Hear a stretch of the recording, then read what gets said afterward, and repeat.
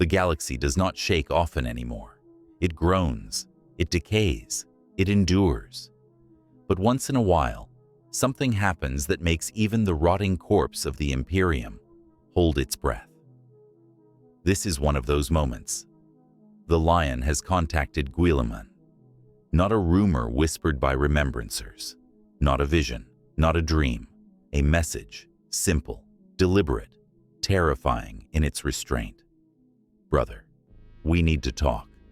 For 10,000 years, the Imperium has survived on absence. Absence of Primarchs, absence of certainty, absence of hope. Guilliman returned first and found an empire that worshipped his father as a god and itself as a lie. The Lion returned later, not to rule, not to proclaim, but to hunt. And now, for the first time since the fires of the heresy, these two brothers are reaching across the void toward one another. This is not a reunion story. This is a collision. The context matters. Guilliman is not just a Primarch. He is the Lord Commander of the Imperium, the architect desperately trying to hold together a civilization that should have already died. Every reform he attempts fractures something else. Every victory costs him another truth about what the Imperium has become. He rules through bureaucracy, logistics, compromise, and painful restraint. He carries the Emperor's will like a weight that grows heavier every century. The Lion does not rule. He judges. His return was not announced with speeches or grand crusades.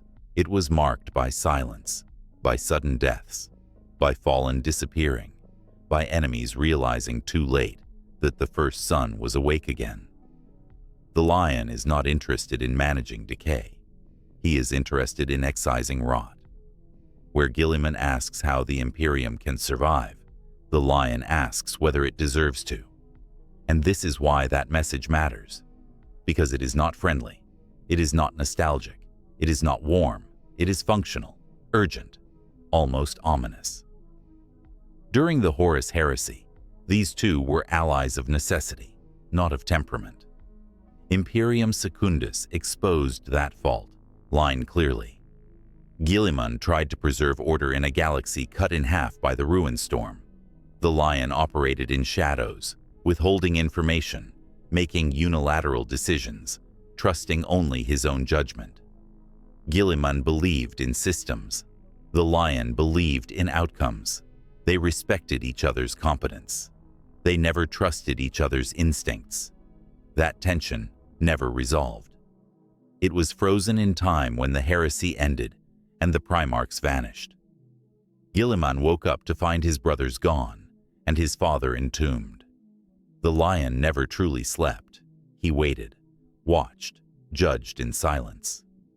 10,000 years later, they are no longer the men they were. Guilliman has learned humility through failure on a galactic scale.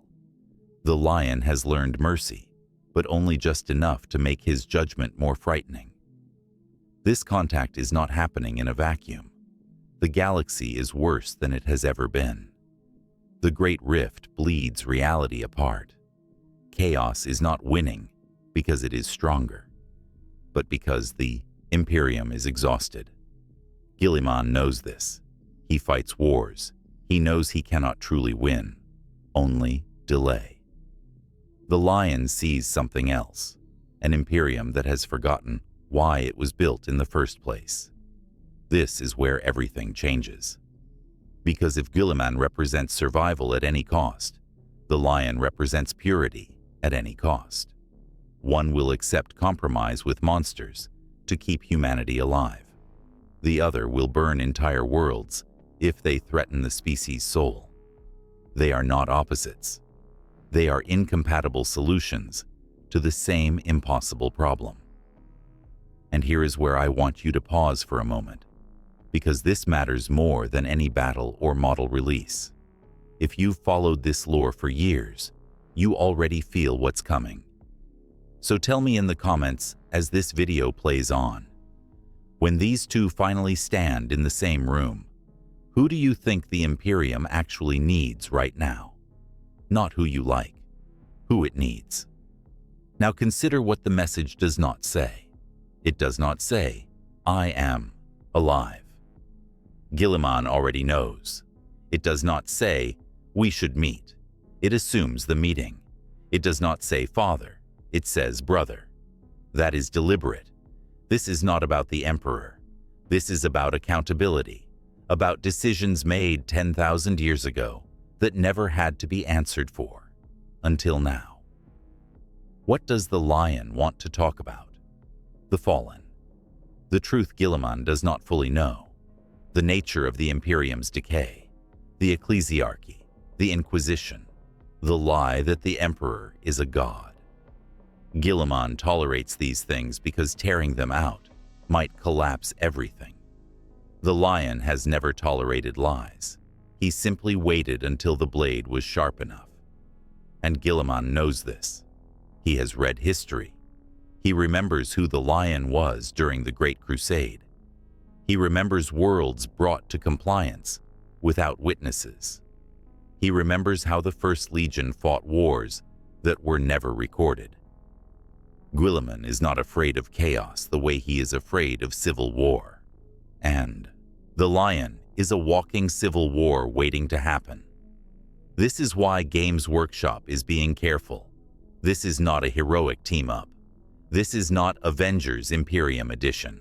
This is a philosophical fracture finally made flesh. Two loyal sons returning not to save the Imperium together, but to argue over what saving even means. And the tragedy is this. Both of them are right.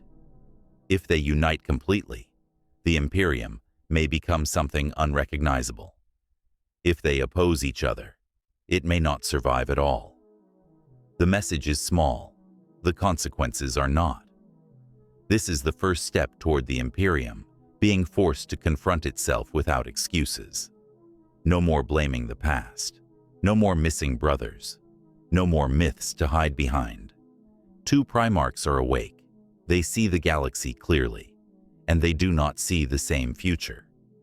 When they finally speak face to face, the galaxy will not explode. It will fracture quietly, the way it always does in Warhammer 40,000. Not with hope, not with triumph, but with choice. And in this universe, choice is the most dangerous weapon of all.